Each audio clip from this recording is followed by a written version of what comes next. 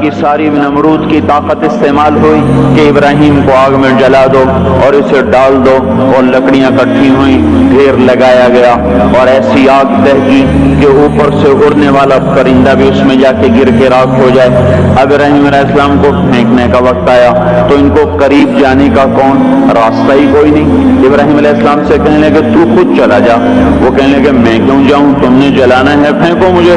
اب پھینکنے کا طریقہ کوئی نہیں، قریب جائیں تو خود جلتے ہیں۔ شیطان نے ایک ہتھیار بنا کے دیا غلیل کی طرح، اس میں ڈال کے پھینکا، کپڑے اتارے، رسیوں سے باندھا، جب ہوا میں اڑے تو جبرائیل دائیں طرف آ گئے اور پانی کا فرشتہ بائیں طرف آ گیا، یوں جا رہے درمیان میں ابراہیم علیہ السلام، ادھر جبرائیل، ادھر پانی کا فرشتہ، اور ابراہیم علیہ السلام خاموش، بس اتنا کہہ رہے ہیں حسبی اللہ ونعم الوکیل، حسبی اللہ ونعم الوکیل، اس سے آگے کچھ نہیں بول رہے۔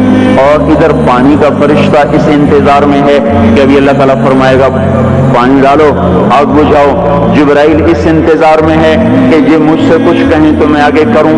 تو جب دیکھا کہ ابراہیم بولتے ہی نہیں ہیں تو وہ بے قرار ہو گئے کہ یہ تو جائے گا تو جل جائے گا، جبرائیل بھی تو یہی جانتے ہیں کہ آگ جلاتی ہے۔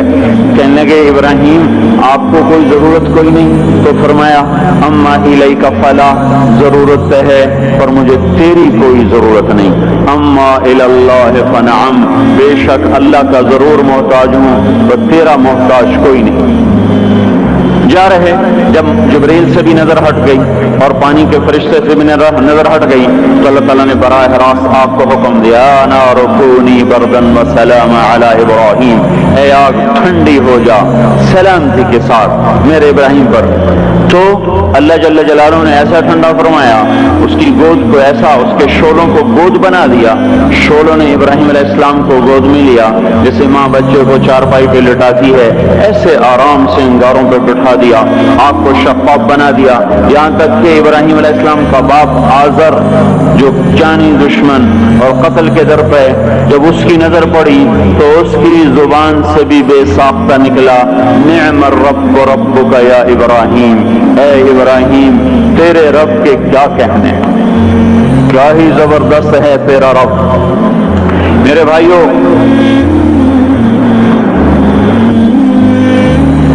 کائنات میں جو بھی شکل ہے، جو بھی صورت ہے، اس کو اللہ نے بنایا ہے، وہ اللہ کے قبضے میں ہے، وہ اللہ کے تابع ہے، اللہ کی چاہت سے استعمال ہوتی ہے۔ اس جہان میں فیصلہ اللہ کا حتمی چلتا ہے، جو زمین کو کہے گا وہ کرے گی، جو آسمانوں کو کہے گا وہ کریں گے، جو ہواؤں کو کہے گا وہ کریں گی، جو پانیوں کو کہے گا وہی ہوگا۔ ساری کائنات میں چونکہ آخری فیصلہ وہ اللہ تعالیٰ کا ہے، اللہ تبارک و تعالیٰ نے انسانی زندگی کے حالات کو میرے بھائیو اس کے اعمال کے ساتھ جوڑا ہوا ہے۔ ساری دنیا کی طاقتیں وہ اللہ تعالیٰ کے فیصلے کو بدل نہیں سکتی۔ جب لوگوں کے اعمال بگڑتے ہیں تو اللہ تعالیٰ حالات کو بھی برباد کرتا ہے اور آخرت کو بھی برباد کرتا ہے۔ مال نے نہ کسی کو اللہ کی بارگاہ میں پہلے عزت دلائی، نہ آج عزت دلا سکتا ہے۔ دنیا کے اقتدار نے نہ پہلے کسی کو کامیاب کیا، نہ آج کسی کو کامیاب کر سکتا ہے۔